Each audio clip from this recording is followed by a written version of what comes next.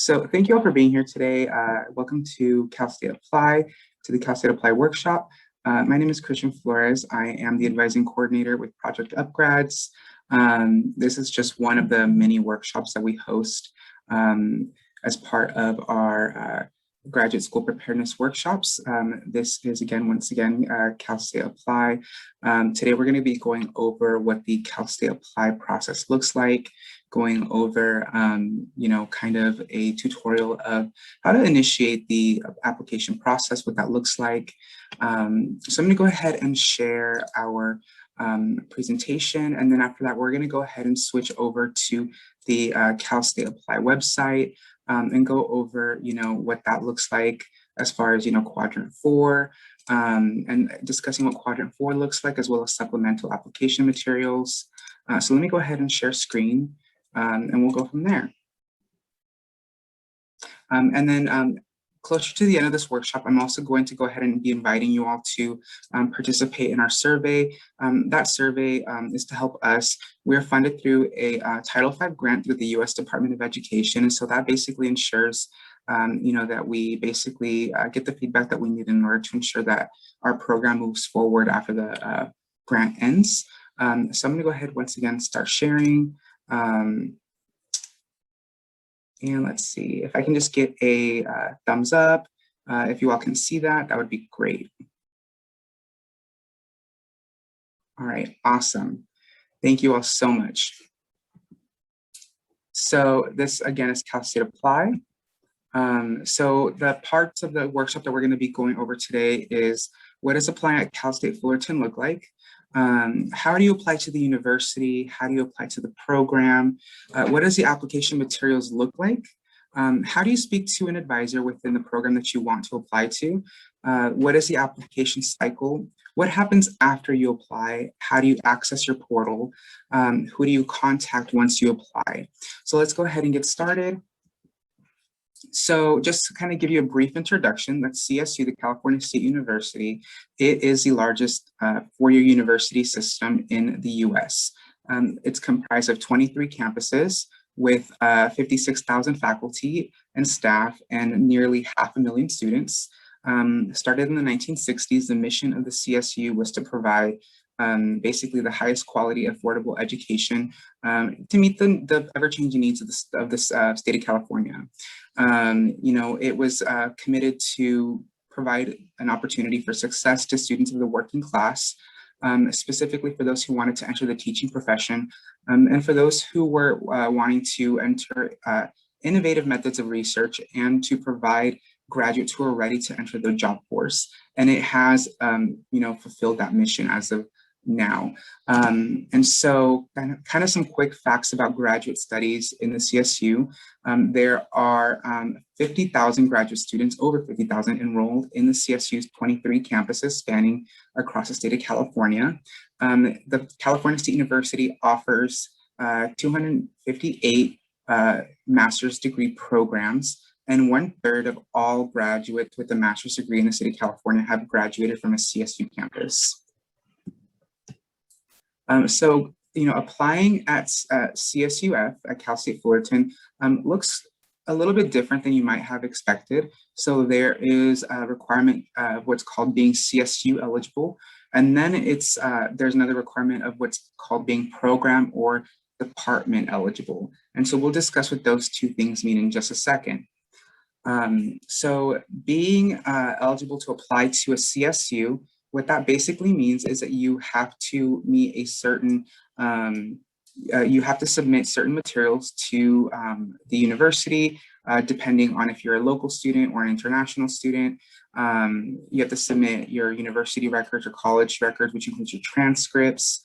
Even if you went to a community college, you would have to submit those as well. If you're required to submit any test scores like TOEFL, if that would mostly mean if anyone's an international student, then you would need to submit those. So maybe you went to a university or a high school or community college that's abroad that wasn't in English, you might need to submit those, and that all depends on each individual program, or also where you completed those, and if they're, if again, transferable, you need to double check with your departments and your programs.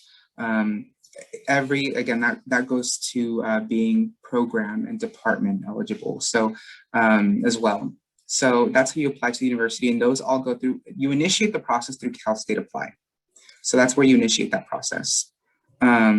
If you completed your degree at an English-speaking institution, then you do not need to worry about any of that. That's kind of the consensus on that.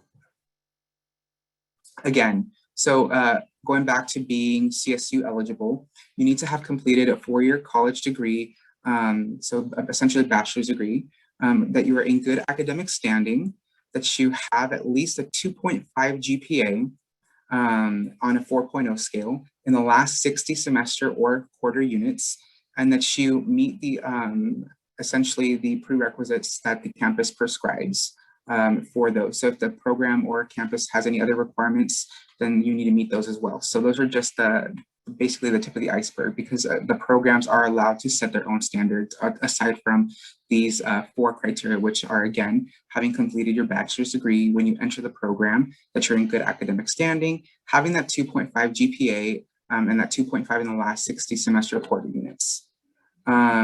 So to be CSU eligible, again, going over those, if you need to have that TOEFL score for whatever reason, you need to have a 550 or an 80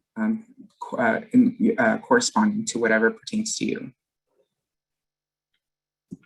To be eligible for your program, you need to check either your program website, talk to a graduate advisor, or if you're checking the Cal State Apply website, it will tell you, through the program materials more often than not. Sometimes it will tell you to check the department website as well, but sometimes it will tell you as well on the Cal State Apply website, and we'll go ahead and see what that looks like in just a second. So again, make sure you're checking the program website, that if you have the chance, talk to a graduate program advisor from the program that you're wanting to apply to, and also that you're checking the Cal State Apply program materials section, because that will tell you if you submit program materials directly to them or directly to the program. What are possible program materials that you might need to submit? That can depend and vary from program to program. So you might need to submit transcripts, you might need to submit test scores, and that includes the GRE, the GMAT, the MCAT, the TEAS. It all really varies. The most common ones are the GRE and the GMAT if you're applying to, for example, an MBA program or just a general graduate program. Those are the most common tests that are required to be submitted. Many programs are at the time waiving it, but you need to double check. Again, make sure that you're double checking if your programs are requiring test scores at this time. Many and most programs do require at least 1 letter of recommendation. Some programs will require 2, some will require 3. Some will say, we require 2, we recommend 3, we require 3, we recommend 4, we require 1, we recommend 2. It just depends on the program. Some programs will recommend a writing statement, a writing sample, a personal statement. Some will write what's called a statement of purpose. And a statement of purpose is, why do you want to get into this program? So make sure that you understand the difference between a personal statement, a writing sample, and a personal statement. Again, a personal statement, a writing sample, and a statement of purpose are all 3 completely different things. Some programs will require you to interview, some programs may require you to audition, and some programs may require you to submit a portfolio, especially if you're wanting to get maybe a Master of Fine Arts, they might require, or a Master of Music, anything like that, they may require you to audition or submit a portfolio. So just keep that in mind as well.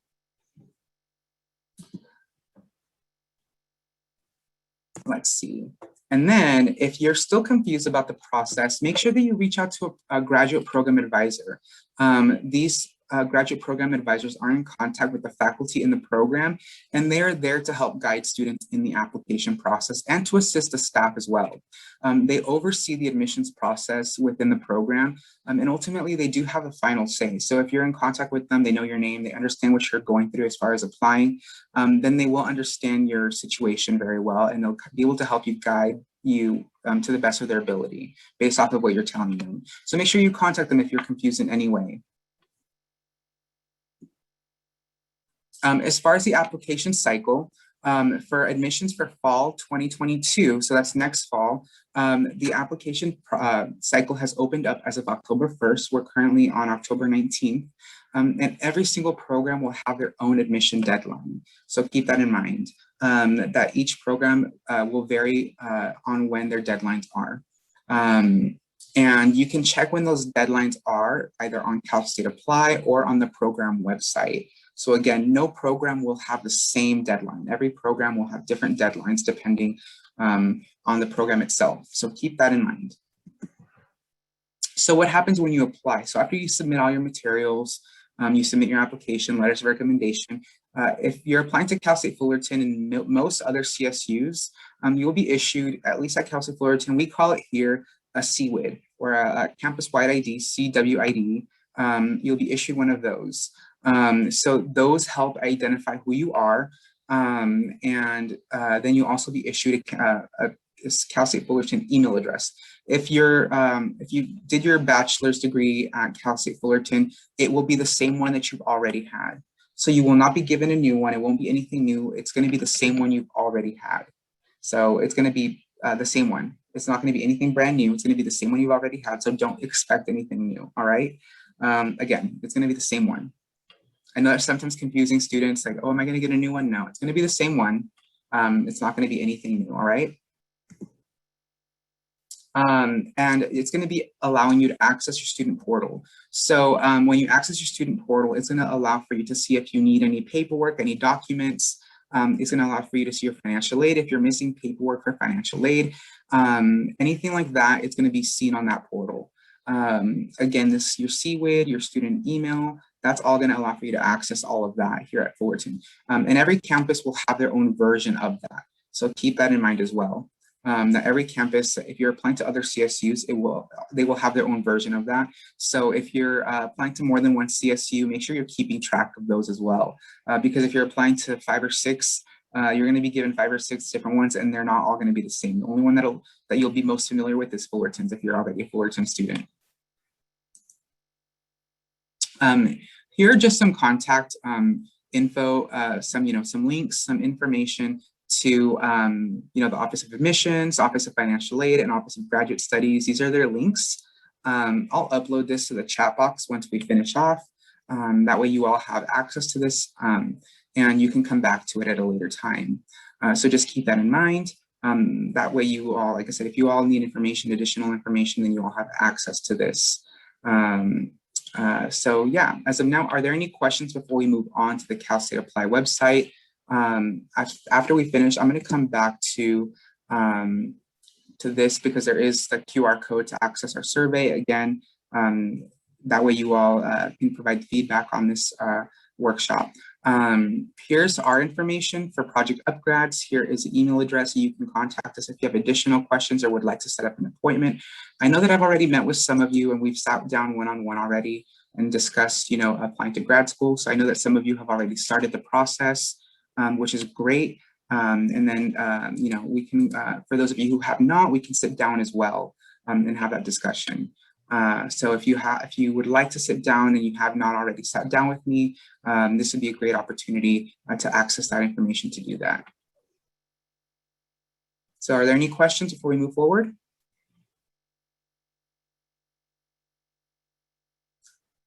All right, if not, let's go ahead and switch over to the Cal State Apply website. If you have the ability to switch over and would like to start that now, let's go ahead and do that. So let me go ahead and share what that looks like. So if you go to calstate.edu/apply, that is where you'll be able to access that. Or if you can just go to calstate.edu. So let me go ahead and type those in the box.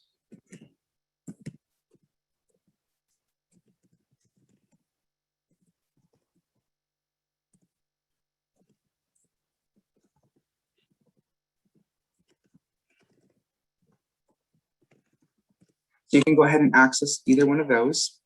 And I'll show you what those look like. So say, for example, you start off at calstate.edu.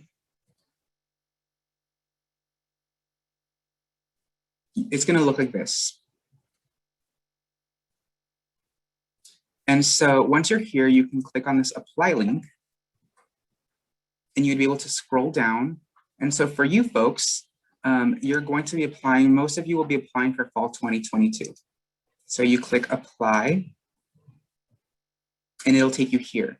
If you've already applied for a CSU in the past, it would be the same login information. So say, for example, you might have applied as an undergraduate student, you should be using the same login information. It will not be anything new. It'll be the same login information. So when you applied as an undergrad student, you would have used that. Make sure you're using that same information.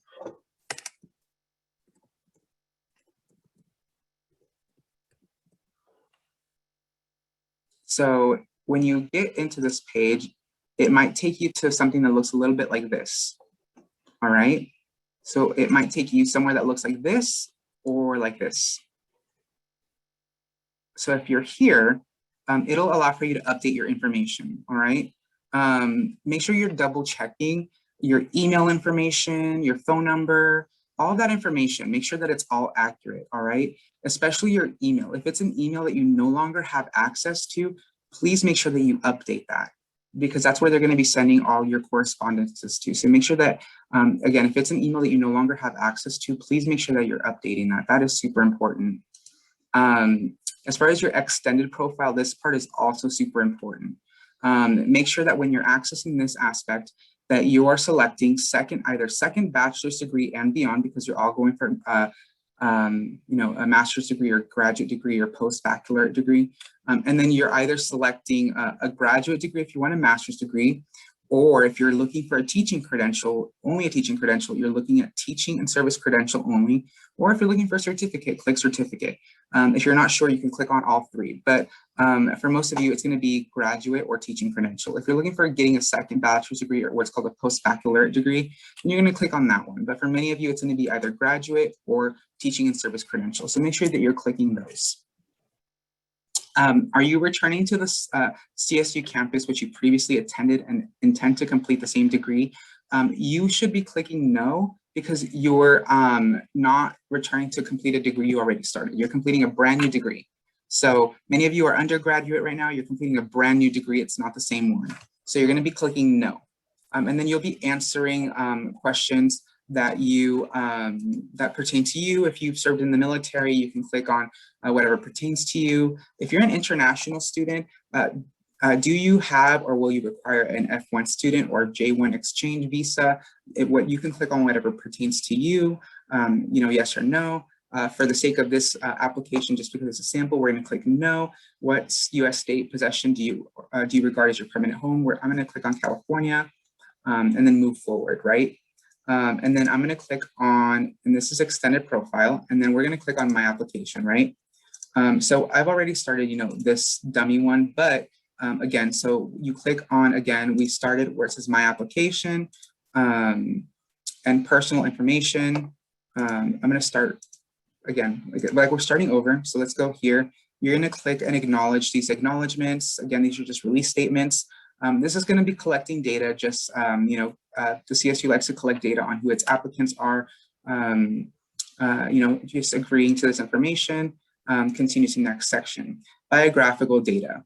Do you have any materials under a different name? If you are maybe married when you started your bachelor's degree, or maybe you got your associate's degree, and your associate's degree transcripts were under your maiden name, then maybe you would click yes. If not, then that doesn't pertain to you. Do you have a name that you commonly use, a different from your legal name? If yes, then yes. If no, then no. So make sure you take those things into consideration, all right? And then what is your, that information here? I've just clicked decline to state.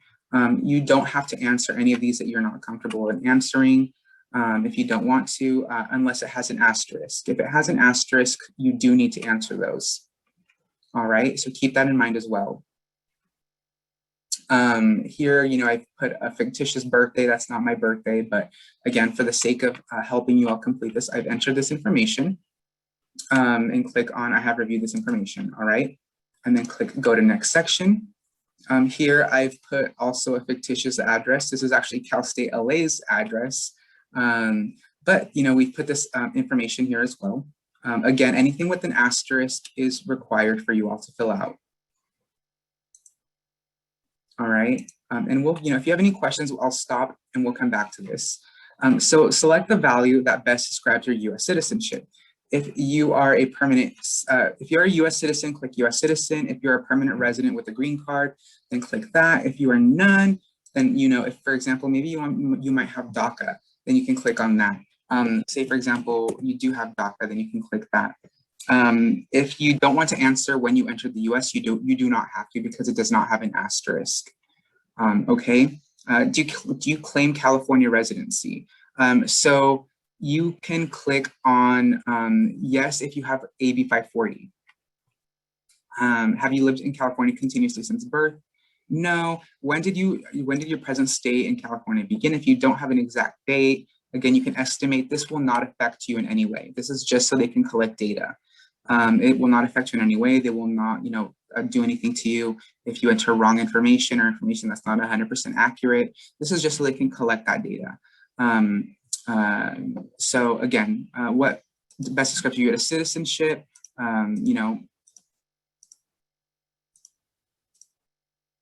If it asks you if you do have a green card, you can enter that information, whatever corresponds to you.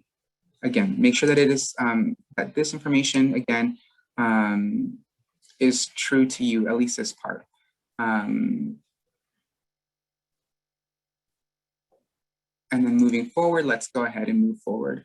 So with regard to your ethnicity, do you consider yourself Hispanic or Latino? For this application, I'm clicking yes. John Doe is Hispanic, Latino. We're going to say that John Doe is Mexican.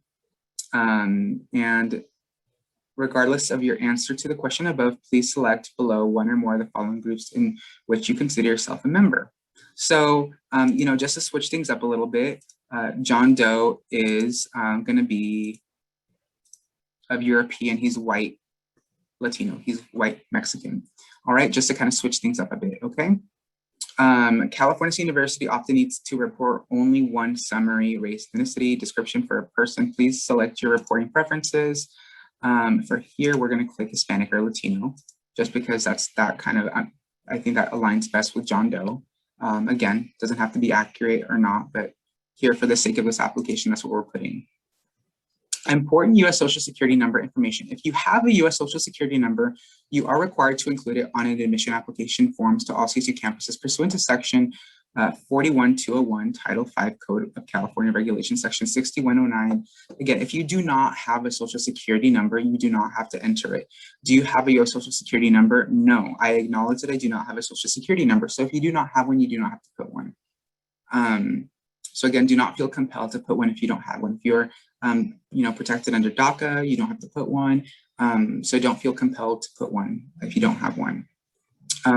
If you are in good academic standing with the current school you're at, if you're still, completing your last year, then you would put yes.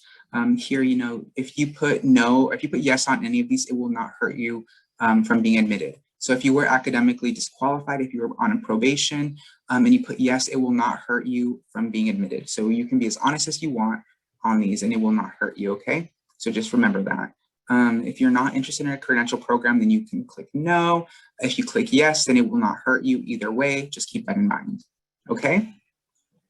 Do you have an RN registered nurse license or expect to achieve an RN license? If you're going to be applying to an RN program and you already have maybe an associate's degree in nursing and you're completing your BSN, you can click yes, because you do have one, right? And it will ask you for your number. If no, then click no, right?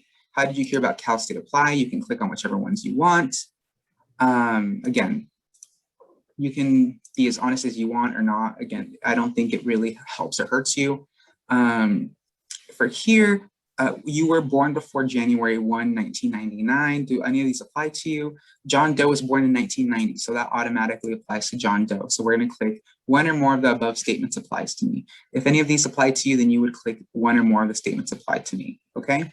Independent household size. If you are registered within the state of California, within the California Secretary of State as a domestic partner, your household size must include your partner and your combined legal dependents, and the partner's income must be included along with your income. Click here for additional details.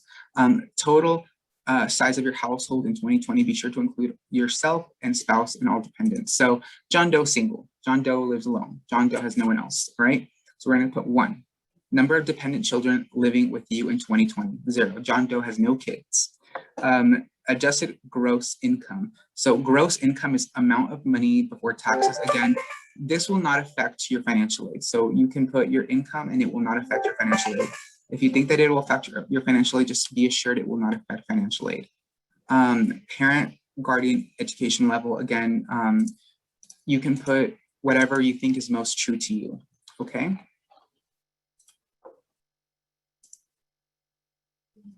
So here you would put all of the colleges you attended, okay? When I started this last time, we can start over and we can, so I can show you. So here we're gonna put, for many of you, it'll be California State University, Fullerton.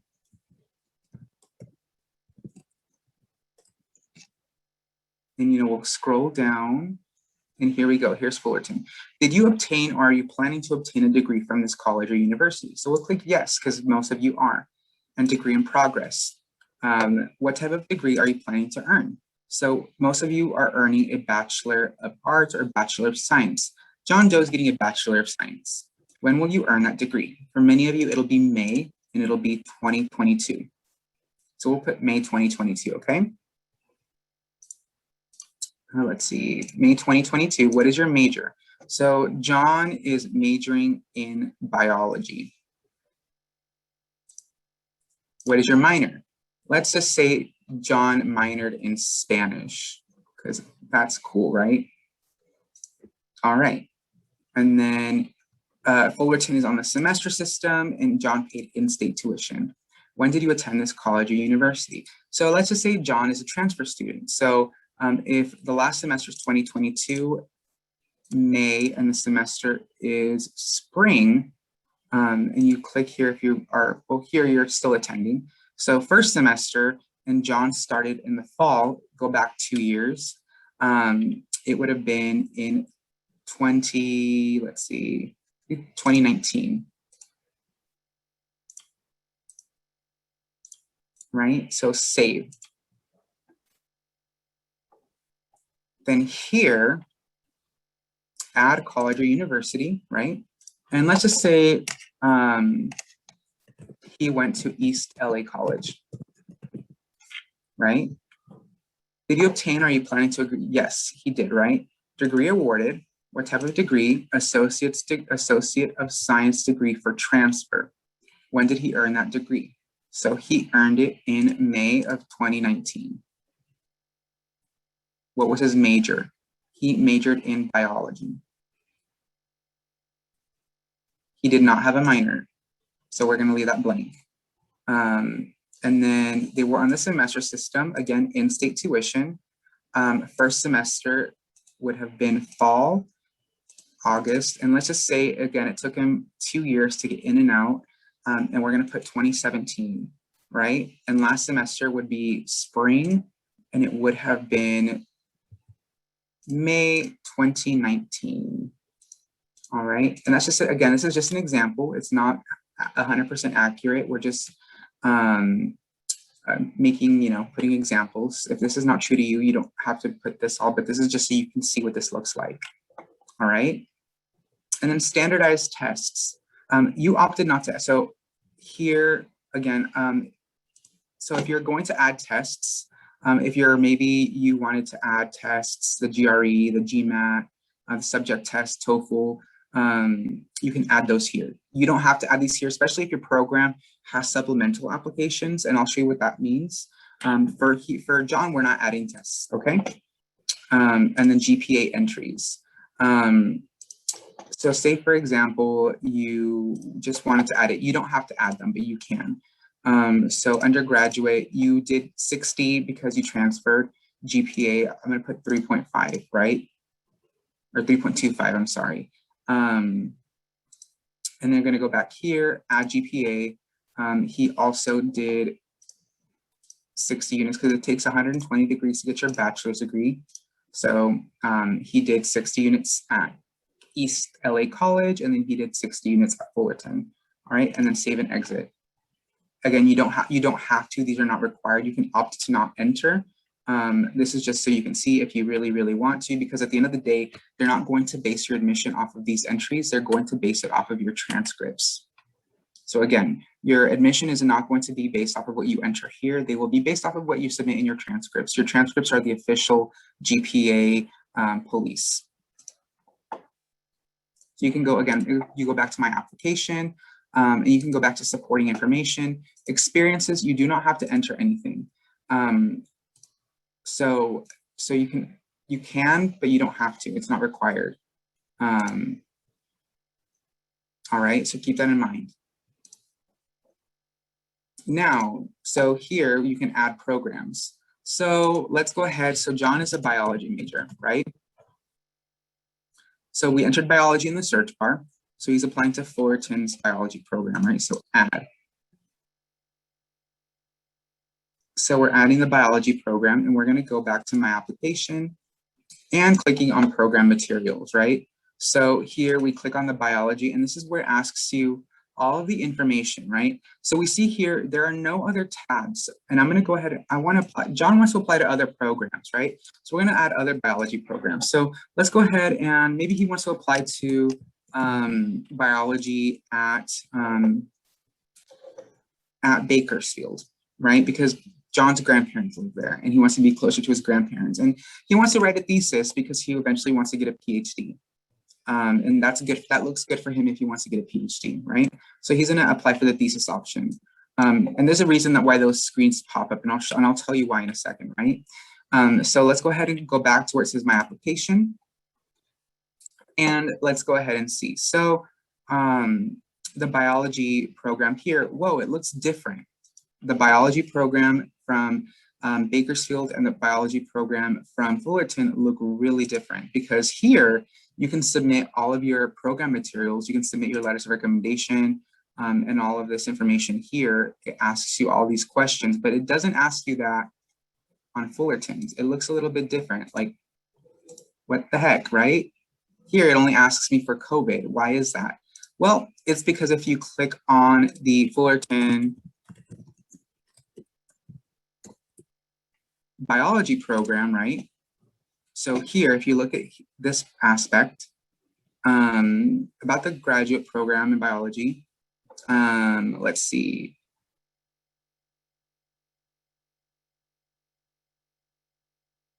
Application information, application process. Review the research programs of full-time faculty members in biology whose research activities and interests best match your own research. So it looks like you submit everything directly to them, because it's giving me an email and it's telling me to download this document. The university application is submitted electronically via Cal State Apply. The application form for the MS Biology can be downloaded at the following link. The MS Biology program application must be typed and submitted as a PDF file here. So you don't submit it through Cal State Apply, actually. You submit it to that email address. You just submit this information here, that's all. Versus another program, like I said, Cal State Bakersfield, you submit everything here, right?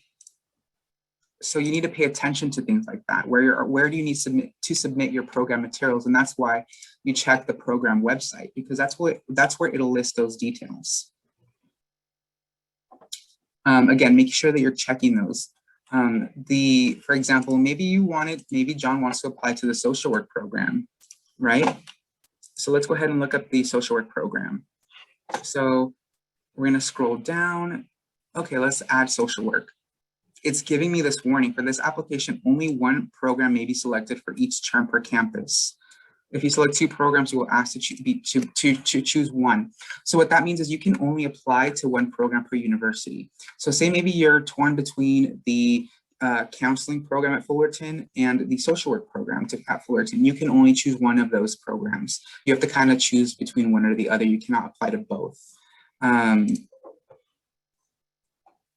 So if I go to where it says like submit application, it deleted the biology program at Fullerton. So it's no longer there. Now it's social work, because I can only apply to one program per school. You have to pick one or the other. Even if you meet both requirements for admission, you can only pick one or the other. Even if you double majored and you want to apply to 2 master's programs, you can only pick one or the other.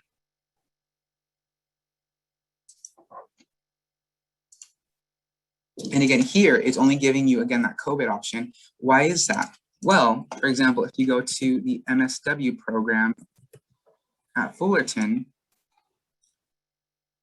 it's a little bit different here, even than the biology program, right? So say you're on the admissions page for the MSW program and you click apply now, it takes you here. Whoa, that's different. So the MSW program at Fullerton has their own application portal, completely separate from Cal State Apply. Yes, you do apply through Cal State Apply, but then you also have this own separate portal where you submit everything else, your letters of recommendation, your transcripts, your personal statements, your statement of purpose, all of that gets submitted here. So keep that in mind as well. Nothing gets submitted except for the main application itself through Cal State Apply. So then what happens when your application is ready to be submitted, right? So here it tells you your total fees, right? So once your applications are ready to be submitted, so let's go ahead and go back to my application, right? So let's go ahead and go to Fullerton Social Work, right? You acknowledge the COVID vaccine mandate requirement, save and continue, right? Save. And then you go to submit application. Well, it looks like Fullerton is ready to be submitted. What? Or is it? Did you finish everything that's here in this portal? Well, no, you didn't. So you can submit your application here, but you still haven't done everything here, which is good, but also bad because it just means you need to double check everything on this end. So when you're submitting everything here, you would click, submit, and you need to submit your payment. So you would continue to your payment. There are generally no fee waivers. There are very few waivers, very few fee waivers. Also, I realized I accidentally clicked on Fullerton Extension. I did not want to click on Fullerton Extension. Why is that? Generally, the extension programs are not covered by financial aid. So make sure you're also checking which programs you're applying to as well. Those little mistakes will get you in the end. So if you click social work and you're searching, right, and you scroll down to Fullerton, you see off-site, and then you see main campus. Make sure that you're clicking, if you're wanting to be covered by financial aid, you're clicking on main campus, right?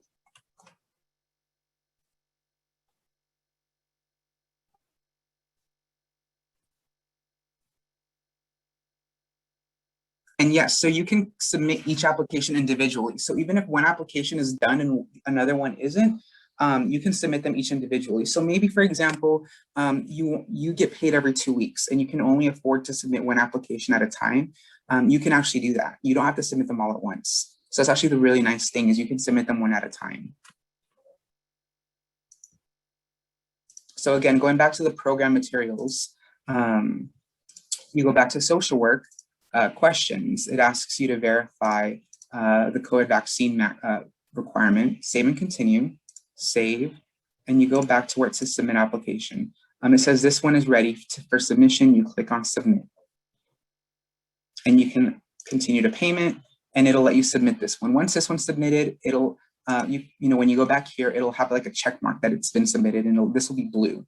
And then you can continue on with your other applications. But again, you would have to go back here, make sure that this portion is now completed because you can submit as many of these as you want, but if they have supplemental materials that need to be submitted directly to the department or through a different portal, then your application won't be considered complete.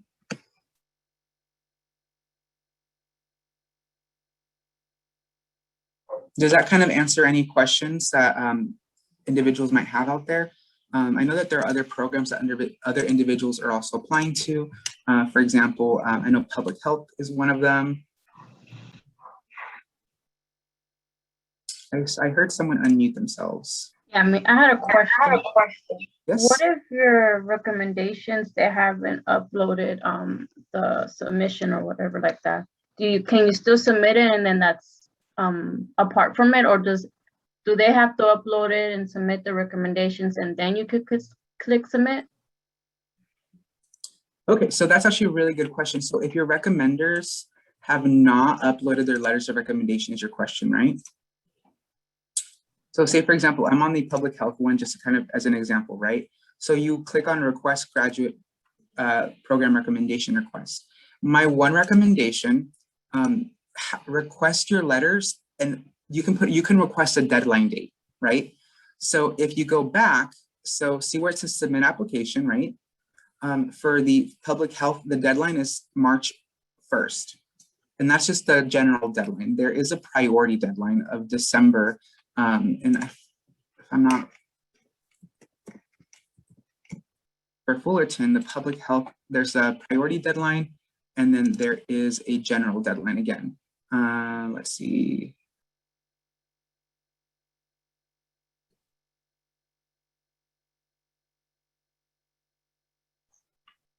If I'm not remembering, I want to say it's December 1st or December 15th. December 15th. So for priority, it's December 15th. If you really want to get into that priority deadline and you want to make sure your recommenders send in those applications and you ask them in a timely basis, what you can do, so you go to my application, right? And say you're in the public health application, you can enter a date that it'll tell your recommenders.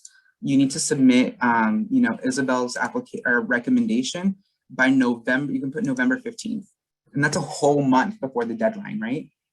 That way, they'll know, like in their head, it'll be, oh, Isabel needs to submit her application by November 15th, even though in reality, your application's a whole month after that. Does that make sense? Yeah, okay. Mm-hmm. So you can ask your recommenders like a whole month before your deadline, or way in time. That way you're not set behind. That way you're not waiting on them. And that way, if they don't submit your application recommendation, you can take them off. Or you can keep sending the reminders. You can request a new reminder on there. You can keep sending the reminders. All right, thank you. Yeah. You're welcome. And so when they ask you for your last 60 units, they're generally asking you for your junior, your senior year, or your upper division classes. And so if you don't know your senior year yet, I would do what's called like a retroactive or reverse chronological GPA calculation of like your junior, your sophomore year GPAs, just to kind of give you like an estimate. And then they'll do what's called a conditional admission. So what's a conditional admission is where they say you're admitted so long as you finish your bachelor's degree with a GPA requirement, or if you fulfill these requirements on this contingency, etc. So they'll basically say we're accepting you on this condition, on the condition that you do X, Y, or Z. If you're unsure of how to calculate your last 60 units, I always like to use this website to calculate the GPAs by semester, and I'll post it in the chat box.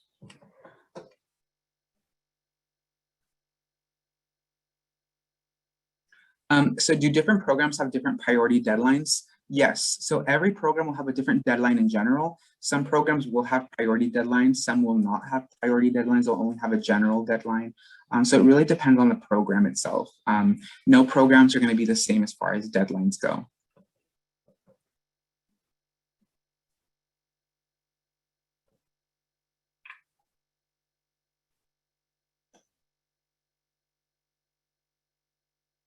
Are there any other questions that I can answer about, letters of recommendation, how that goes on here, how to submit? So for example, if you are on here and for example, you're uploading your documentation, some programs again will ask you to upload everything on here, some will not. Again, this program requires a CV or a resume. If you're needing help on that, you can ask the Career Center. If you need a statement of purpose, the Career Center will also help revise those, as well as any other supplemental materials that you might need. If you need to do an interview, they will also help you prepare for that. Stephanie's asking, should we waive our rights to see the letters of recommendations? In general, it is a good practice to waive them. It's almost like a courtesy. Generally, most professors will not write you a letter of recommendation unless you waive your rights. Some professors will be nice enough to send you a copy of it afterward to see that you approve what they wrote about you. But in most cases, they will not write you in unless you waive your rights. They will ask you, did you waive your rights? To see the letter of recommendation. And in general, you're supposed to say, yeah, you did waive your rights, but many professors will not write you a letter unless you waive your rights. So again, it's a common practice to do so.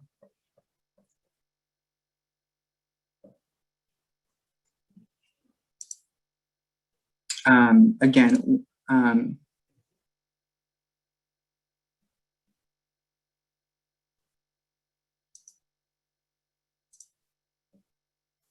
are there any other questions that I can answer on? So do you have any recommendations on how to ask program advisors to look like a good applicant or to learn more about the program? So again, every program will have their own graduate advisor or how to get a hold of them.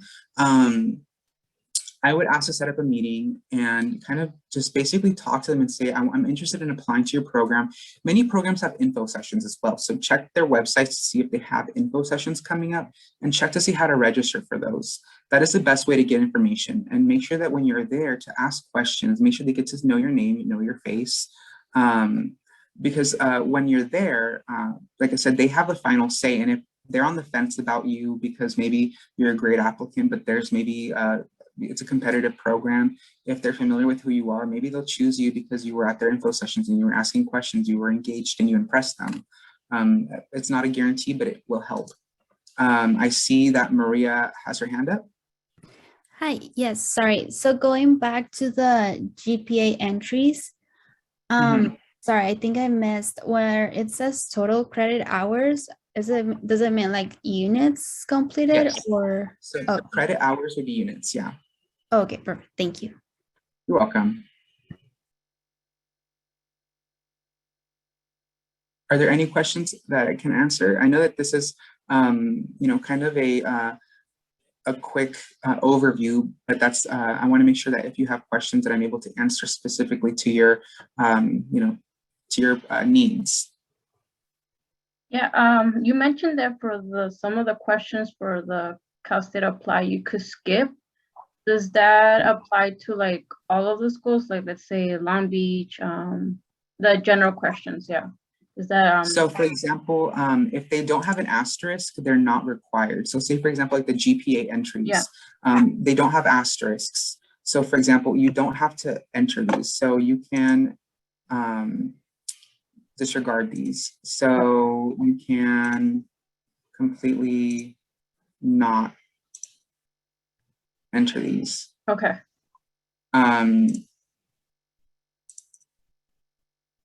Or you can even estimate, because at the end of the day,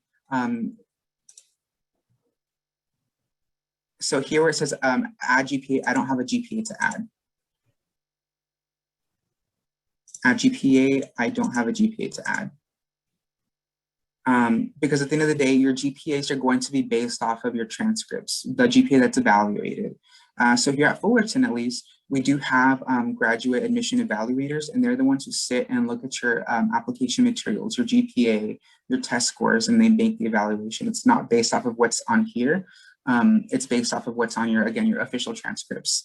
And if you're applying to Fullerton and you were already a student as an undergrad, they already have those on file, so they don't need you to enter that information anyways. Okay. So let's say, because I'm also applying to Long Beach, like, I could leave it blank, or it's better to be, is it recommended for me to just fill it out?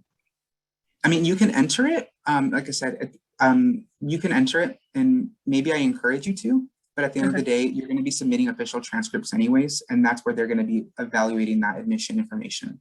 Okay, sounds good. Thank you. You're welcome.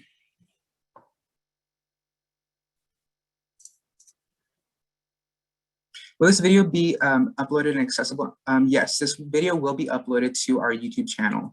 And I will be emailing you all afterward with that link as well.